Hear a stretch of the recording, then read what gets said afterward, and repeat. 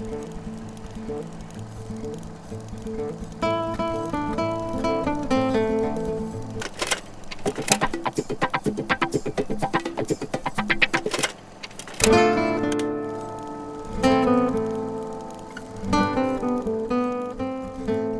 to Films Apart, the podcast where we poke fun at buried flops, unearth hidden gems, and explore timeless classics. So grab yourself some popcorn, sit back, and let's break these films apart.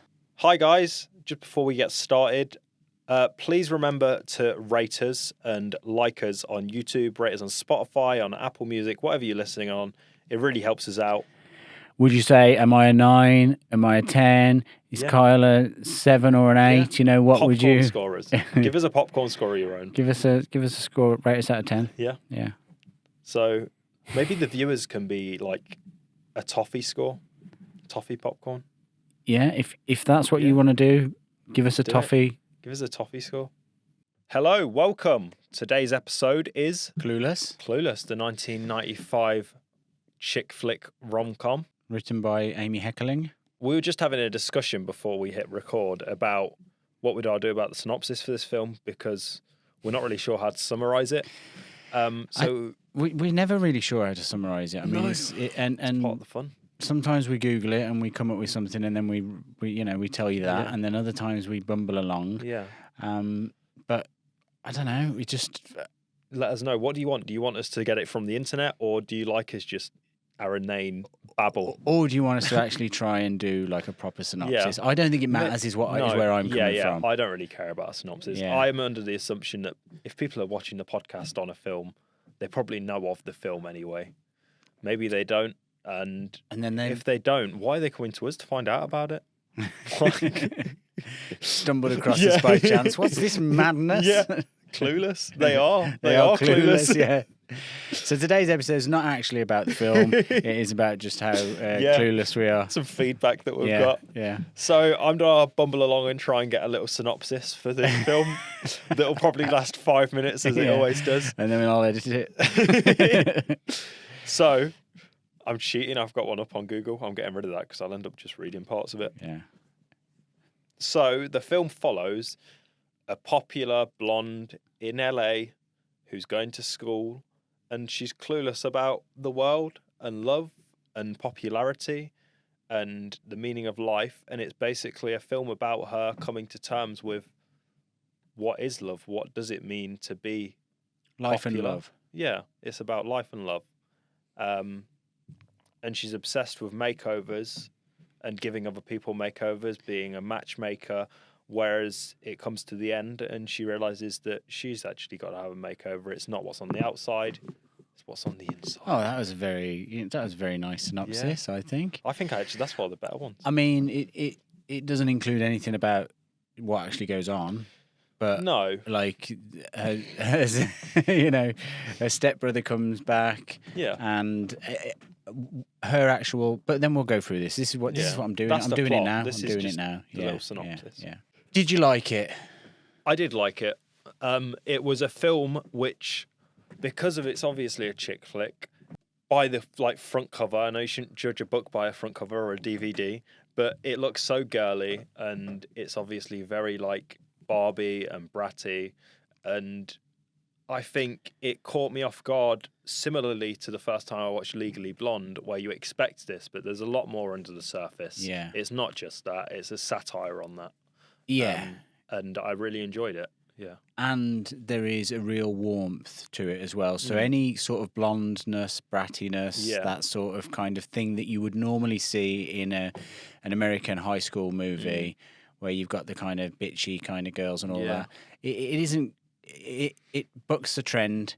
It doesn't follow the stereotype. Mm-hmm. Cher, the protagonist, is not like that. She's got this real kind of kindness in her, hasn't she? Yeah.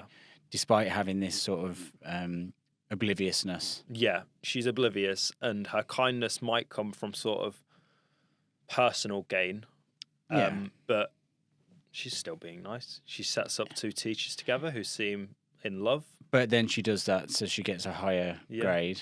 But it worked. It did work. Yeah. But her father is kind of applauding her for that. Yeah, because he's a lawyer. He's a lawyer.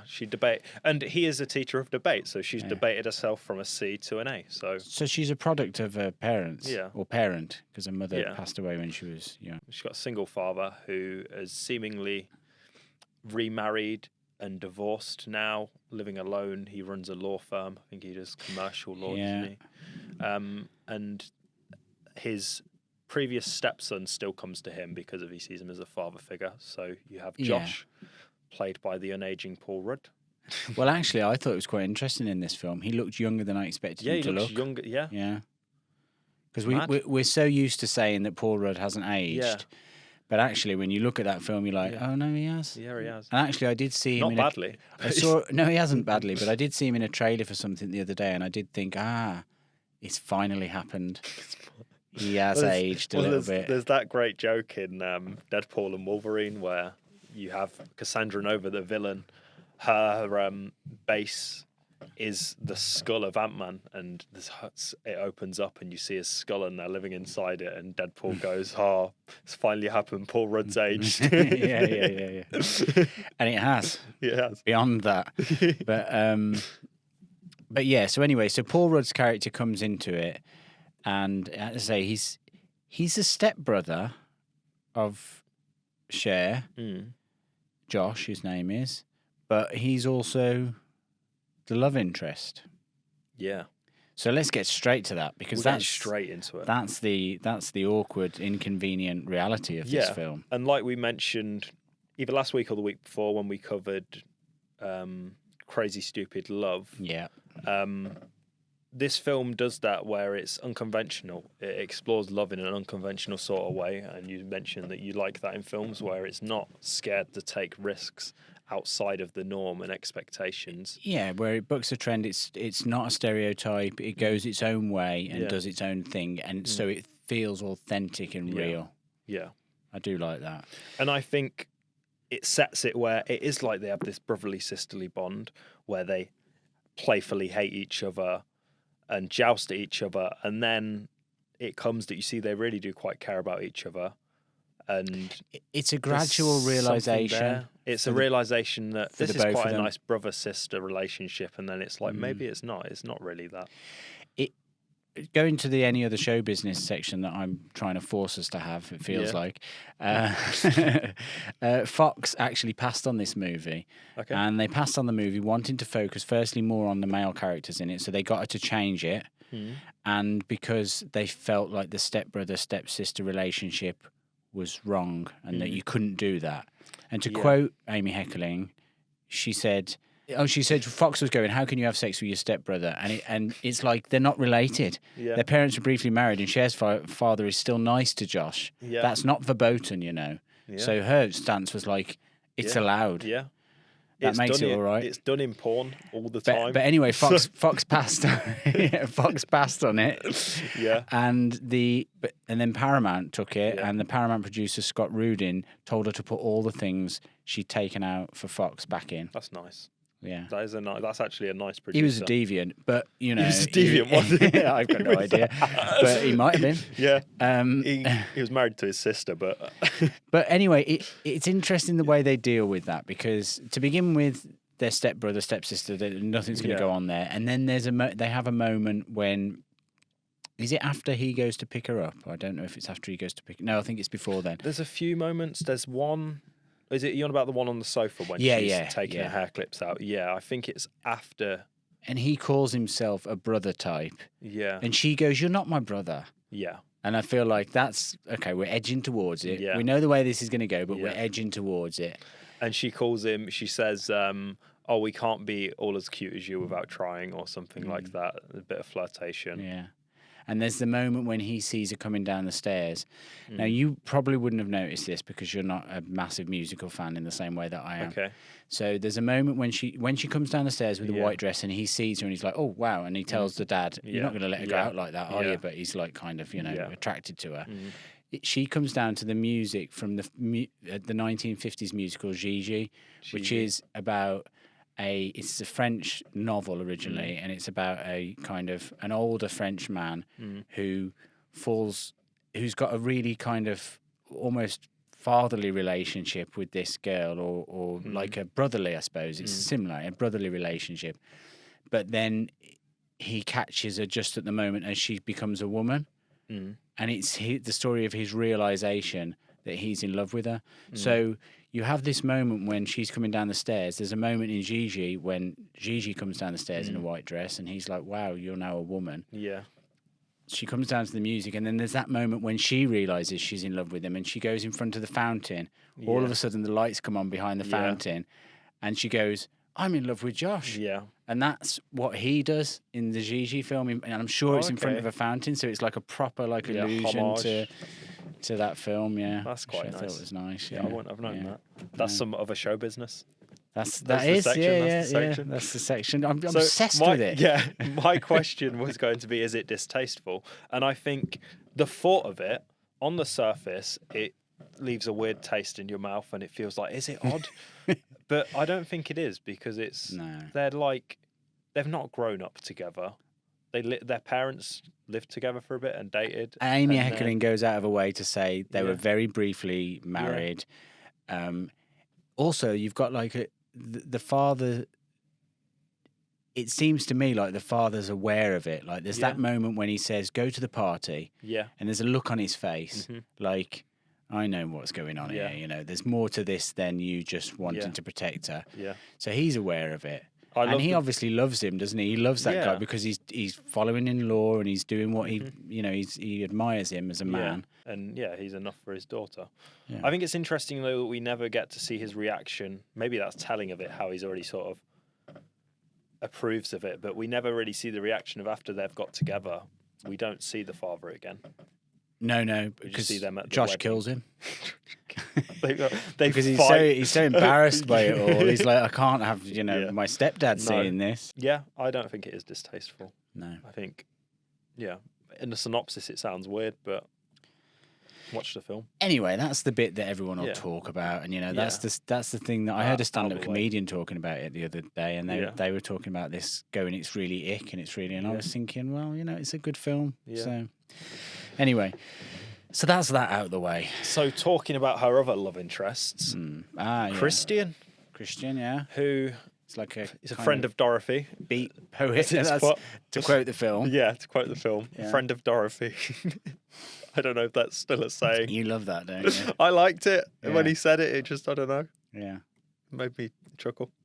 And I think it's very clever how that's done in the sort of background of him chatting up the barman when they're at that party, and him staying behind with the band, and he's always hangs closer to men away from Cher.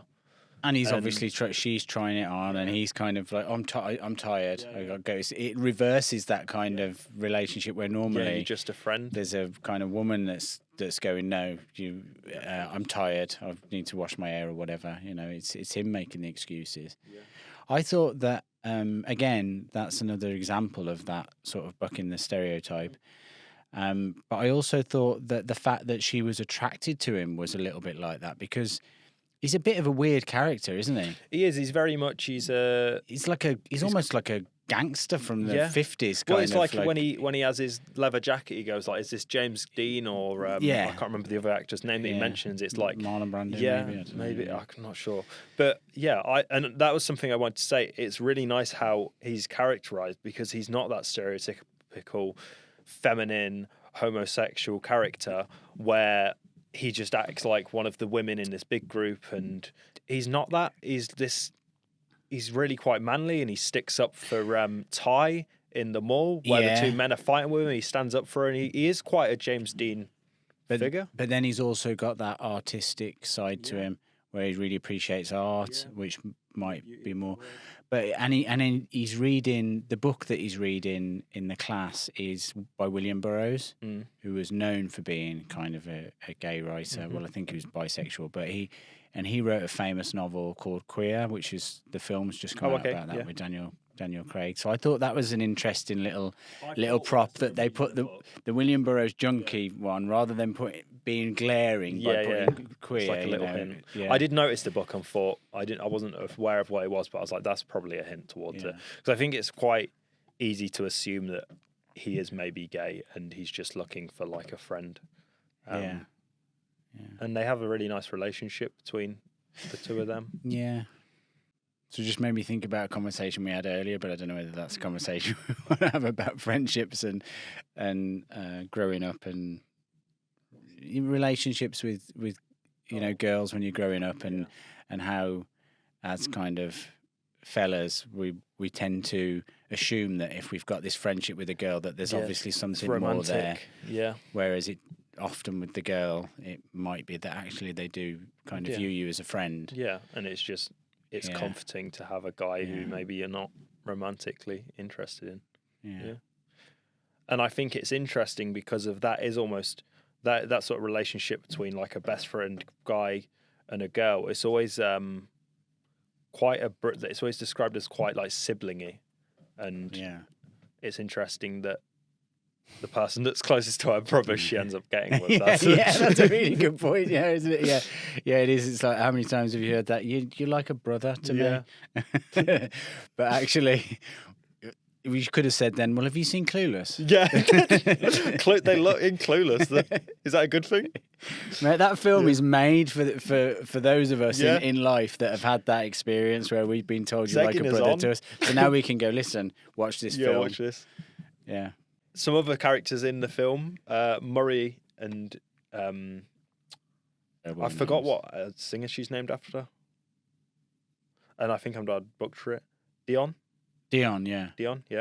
Are they all named after singers then? Because them two are. Oh, just because they both. There's like a bit of monologue where she says about how we're both named after singers singers that were successful but now are in like soap commercials or something. I missed that, and I've watched this film before, but I missed that.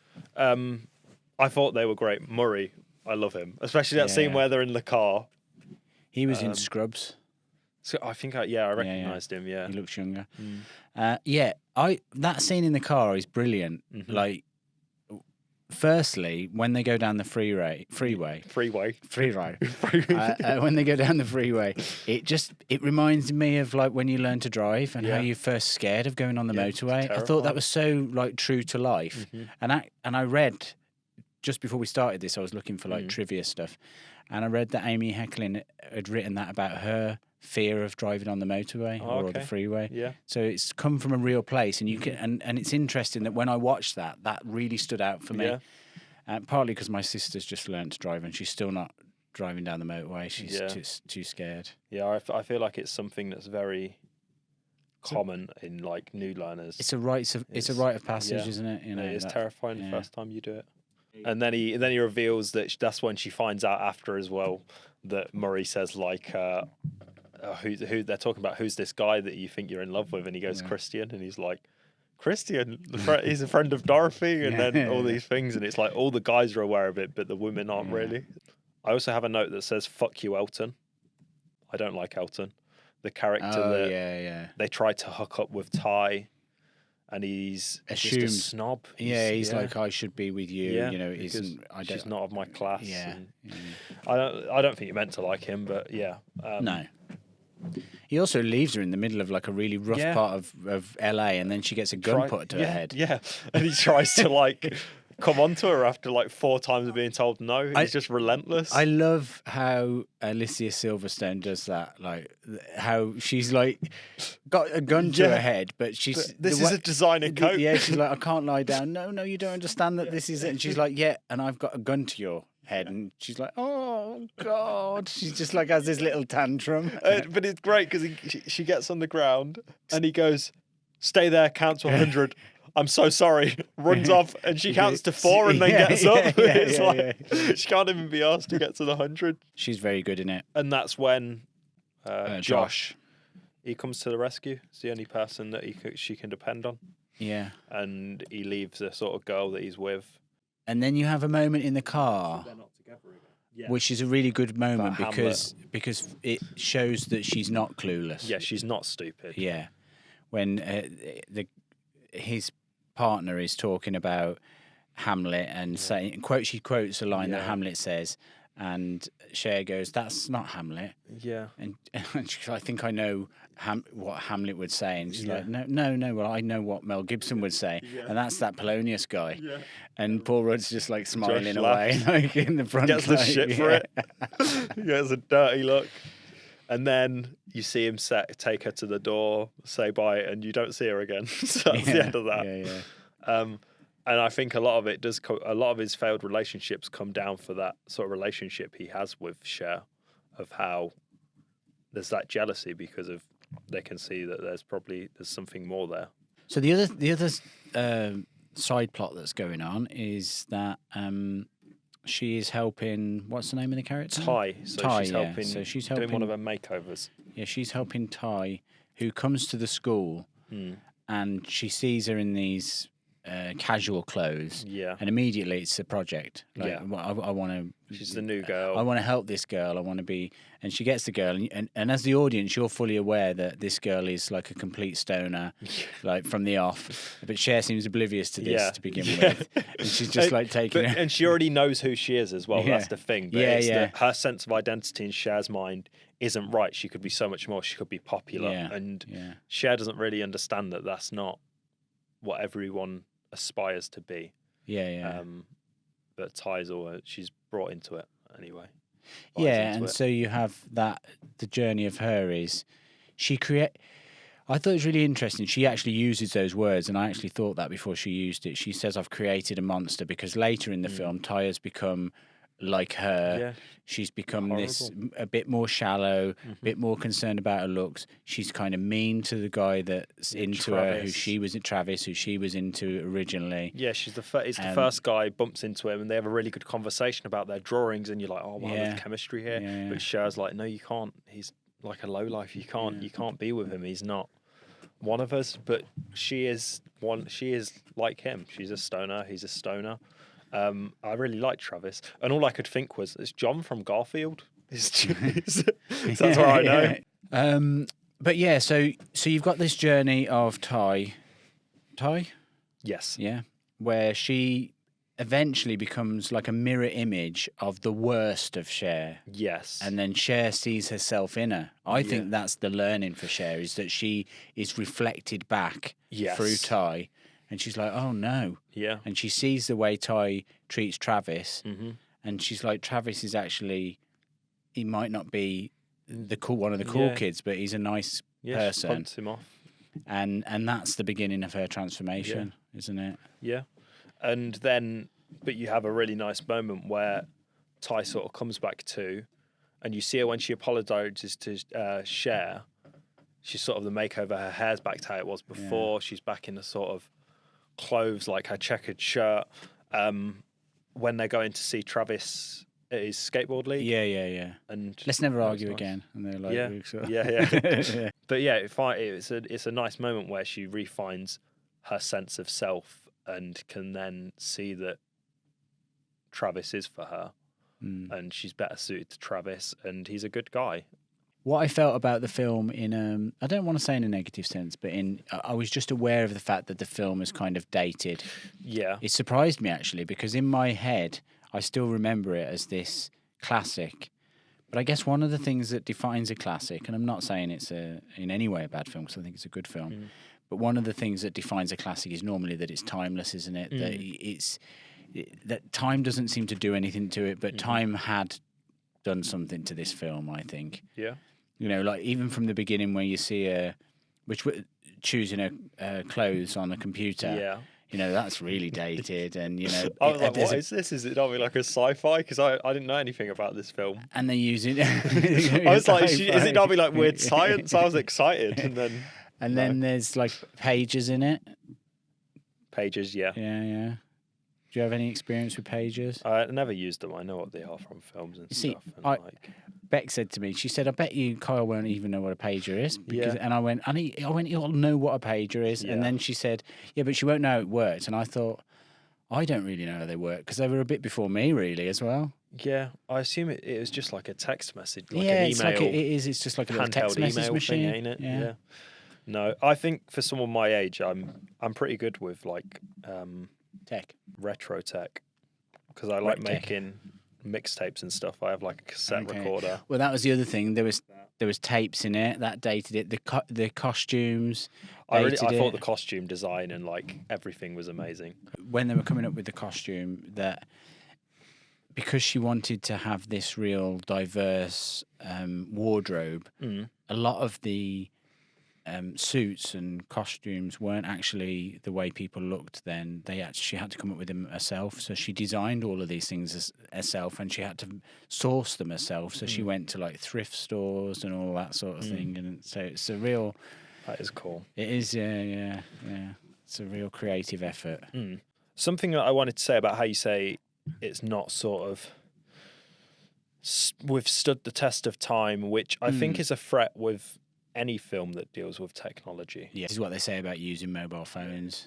The Because they change timeless so films much. yeah. If you keep there's so many films that just avoid technology and they're timeless. But I think that just because it has technology in doesn't mean that it will date. No. It did. I must admit, seeing the screen of the computer did make it feel dated. But at the same time, if you make something and it has the quality of a period piece, it's fine. It's fine for something to be from a different time, even if it's made in the time. Yeah. But I don't think that changed or was a reason why it wasn't a good film. I think, it just it doesn't make it as timeless, I suppose, like you say. It's just a feel to a film, isn't it? I'm trying to think of examples of kind of timeless films that were maybe the 90s fashion dates things. I don't know. When we talked about With Nell and I, we talked about it being timeless, but then it was already a period piece because they were making something that was 20 years earlier. Weirdly enough, I find that the films that I find timeless are normally period pieces set like 20 odd years before. Like one that comes to mind, one of my favourites, Donnie Darko. That's a film that feels timeless. You can never really place where it's set, but it was made in the early 2000s and it's set in the 80s. And it follows like a presidential election in the 80s, but you never really question it. It feels like it could be set in sort of any era. I wonder. I'd like to see that again. Maybe we'll do that because I'd be interested to see whether I agree. To be honest, but I think that's a really good point. I think that if it's a period piece, then it's less likely to age because they're already making something of a different age. One thing that I had as a criticism for the film is, although it does avert so many sort of attributes of the chick flick and rom-coms, especially of that era, and its treating of characters where it avoids stereotypes, there are still some issues where it's never really addressed, like with Cher and Dion. They're meant to be the popular girls, but you never really actually see them being popular. It's only ever 2 or 3 of them with Ty, and then the occasion, and then her boyfriend. And that makes me wonder, is that just to show that it is all just external? Because all the other groups you see of supposed losers, of the stoners and the sort of nerds and stuff, they're in much bigger groups. They've got more friends. Which I think's interesting. I mean, again, it's the stereotype thing, isn't it? It doesn't conform to a stereotype that we see it in so many high school American films where you've got this shallow group of the cool people, supposedly. And they don't feel like the norm, do they? No. Like you've come to expect in these films. And it feels like, to me, the only one that is sort of convinced by this charade of popularity is Ty. Even Josh doesn't even really buy into it. I think he sees through it and sees her for the person that she is at her core, being this sort of kind-hearted. Yeah, definitely. Person that wants to help people and fix people. Well, that's the appeal, isn't it? Is that maybe why Josh insists on doing things that help the world, in maybe in an attempt to impress her? Because he does a lot of things to do with like activism, and he has a Amnesty International t-shirt on at the start and things like this. So this activism of him trying to maybe prove the person he is externally. Yeah, I don't know. I mean, I feel like he definitely is somebody that wants to be on the right side of life with things. He wants to do good things, and that also ties in with the way he sees her. Yeah.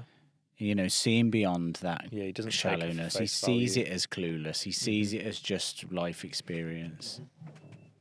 I don't know. Does it fall into any traps with archetypes? Maybe with the stoner characters and the jocks. Well, but even with the stoner character, at the end, he joins a NA or something. He joins a 12-step program. Yeah. So I mean, that kind It's of a goes recovery. against it as well. Yeah. And yeah, he's not like a lazy deadbeat like you'd normally have in like a joke. He's kind, he's funny. Yeah. He's got ambitions with his skateboarding. He's entering Yeah. competitions. Like, yeah, there's more to him. Yeah. It's almost like she's taken all of those archetypes and twisted them slightly and gone, right, this isn't quite right. Let's just twist it. Yeah. And by twisting it, it's made the characters more authentic and real. Or just, if nothing else, made them much more interesting. Yeah. So shall we popcorn score it? I think we're at that point, aren't we? Or is there other stuff you want to add? Yeah, no, I think just some final thoughts. I think it's a really fun satirization of sort of chick flicks and rom-coms, especially of this era, that has a lot to say about that sort of film, similar to sort of Legally Blonde, I suppose, in that way that this protagonist of who you assume just to be some dumb blonde who's clueless, but there's more to them. There's more at their core. Yeah. They're not just this exterior. And yeah, so I think popcorn score wise, I think I'd give it a 4 out of 5, I think. Okay. Yeah. So in terms of rom-coms, not as good as Crazy Stupid Love. No, I think I prefer it more comedy in my rom-coms. Or if it's going to be really romantic, sort of drop the comedy and just go for romance. Like I like About Time. That's a good romance film. Yeah. Which it has aspects of comedy, but most of that is, I'd say, more drama and romance. Which is, for me, that's one of the best for me. The way that comedy works best is, contrasted with tragedy. Yeah. Yeah. Which obviously that has. I would give it 4 as well. Yeah. Which is the same as Crazy Stupid Love. I feel like it's in kind of the same league, although as it stands, the production values seem. Production values is probably the wrong way to describe it. It just feels dated, and I can't ignore that when I'm looking at it. But from a writing point of view, I think it's great. I think it's really well written, and it's really interesting. Yeah. And it's just really warm. It's got a really warm heart, and it's hard not to like, isn't it? In the same way as Crazy Stupid Love. Hi, sorry about that. We had another technical fault. We have had a bit of a day of technical issues. Yeah. It is what it is. So we don't re-popcorn score it. It is what it is. Yeah. Has it changed? Your popcorn score? 1 out of 5. No. Yeah. So popcorn scores. My sweet score would be 4 out of 5. And my salty score would be 4 out of 5. Yes. So 8 out of 10 overall. Strong score. I think the film does what a lot of films of this sort of era in the 90s did, of sort of criticizing and satirizing and laying commentary on genre pieces like this has done with chick flicks, sort of rom-coms, musicals, high school stuff, musicals, I suppose, as well, yeah. Like Legally Blonde did. A lot of films of this sort of mid-90s. You had the Scream movies that did it for the horror genre.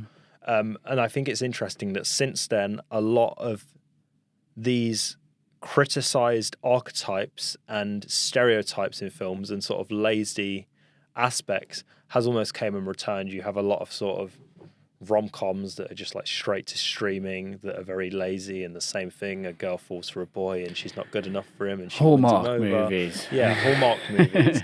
And you have lazy horror films now, like the Winnie the Pooh slasher films and things like. It feels like we're building up to this sort of reignition of what we had in the 90s, of this critique of lazy writing and lazy filmmaking. I think we're not too far away from that maybe happening again and history repeating itself.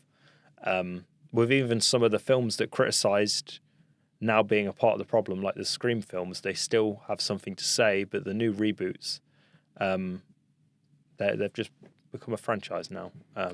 Maybe we need to write a film that sort of comments, criticizes. Comments on that. You know, like a kind of like a Winnie the Pooh / rom-com. Yeah. We're just making a Winnie the Pooh film that's just Winnie the Pooh, and it's like, oh, I'm gonna murder you, Piglet. Oh, don't do that. You're a terror, Piglet. Tigger, behave. But interestingly, talking about stuff like that, Tigger could have ADHD. I think he does. I think he does, yeah. And Dopey has depression. Dopey. We've gone to Snow White and the Seven Dwarfs now. Name? Eeyore. Eeyore has depression. I think a lot of them are like symbolisms for Winnie the Pooh. What's he? I think he's all right. I'm not sure he's all right. I think Piglet has anxiety. Anxiety, definitely. A lot of it is generalized anxiety disorder. And maybe it's like an Inside Out. Maybe they're the projections of the little boy of Robin. Yeah. Christopher Robin. Yeah. So, interesting. Interesting stuff. Watch this space. Watch this space. I the reason I gave it 4 out of 5 was the only thing that I could see, the only thing that really stuck with me that was the datedness of it. It just felt a bit dated, but that's just the nature of films, and it is going to happen. I felt the writing was really good at the time, and I still think the writing's really good, and I think the characters are really good, and me and characters, it matters. I love a character. Yeah, and you love that sort of false incest. You love that sort of stuff. And mock incest. Mock incest, is that what it would be? Mock incest? No, I think 4 out of 5 for me is just because of I prefer more comedy. In a rom-com, I prefer more like comedy-focused ones that lean into that a bit more. Whereas if I want a good romance film, I want it to lean more away from the comedy and just be romance, like About Time. It has funny moments, but it is very much a romance film. And you don't tend to like incest as much, or it's like incest and rape, isn't it? You don't. Dwarf sex is great, but that's fine. Yeah, even if it's gratuitous, that's fine. I've got to stop saying this. Why do we keep bringing it back to the Tiptoes? Tiptoes. It's the greatest We're never film of all away. time. Did we come up with the 6 degrees of separation? We didn't. We didn't for this film. Let's try it. Probably find it very quickly, couldn't we? So Alicia Silver. Who are you looking for? If I go through Tiptoes and try and find some things. I mean, there is a lazy way of doing it, and that is that Paul Rudd, whilst he's not been in a film with Gary Oldman, they did both guest star on Friends. There we go. There you go. There we go. Yeah. Gary Oldman. There you Sorted. go. Job done. Gary Oldman. It's very easy to do it, isn't it? In fact, we shouldn't call it 6 degrees of separation. We should call it 2 degrees of separation, because we're always going to be able to get there pretty quickly, because Gary Oldman and Matthew McConaughey are in it. Yeah. And Kate Beckinsale. So, there's... a lot of big names. And what's his name? Peter Dinklage. Yeah. I can't believe they don't even name him. The film stars on the wiki. It's just Gary Oldman, Kate Beckinsale, Patricia Arquette, Matthew McConaughey. He doesn't even get a shout out in the main line. Which, when you think about what the film's about, that's poor. Get that edited, guys, on wiki. And anyway, if you don't know what we're talking about with this stuff with Tiptoes, that's because you haven't yet heard our first episode on Tiptoes, which we highly recommend you go to, because it is a classic example of a fantastic podcast. Yeah, it is. It's the start of it. I shouldn't be advertising that, really, should I? Probably not. No. But we have. So